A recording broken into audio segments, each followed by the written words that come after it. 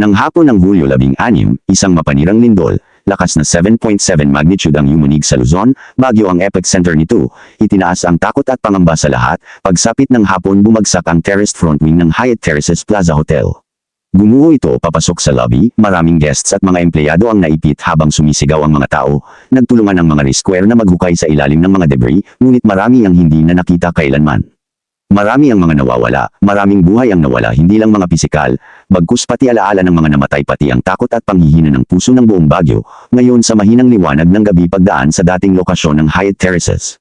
May mga nagkukwento ng mga aninong nakikita sa dilim, mga sigaw na binabalik sa hangin at yabag ng paanan sa gitna ng katahimikan, hindi mo alam kung tunay ba yan o bunga ng guni-guni, ngunit ang alaala ng trahedya nananatili, at hanggang ngayon maririnig pa rin sa ilan, ang sabi kapag dumadaan paggabi doon sa South Drive maghang ka man lang bilang paggalang sa mga hindi na makabalik sa kanilang tahanan.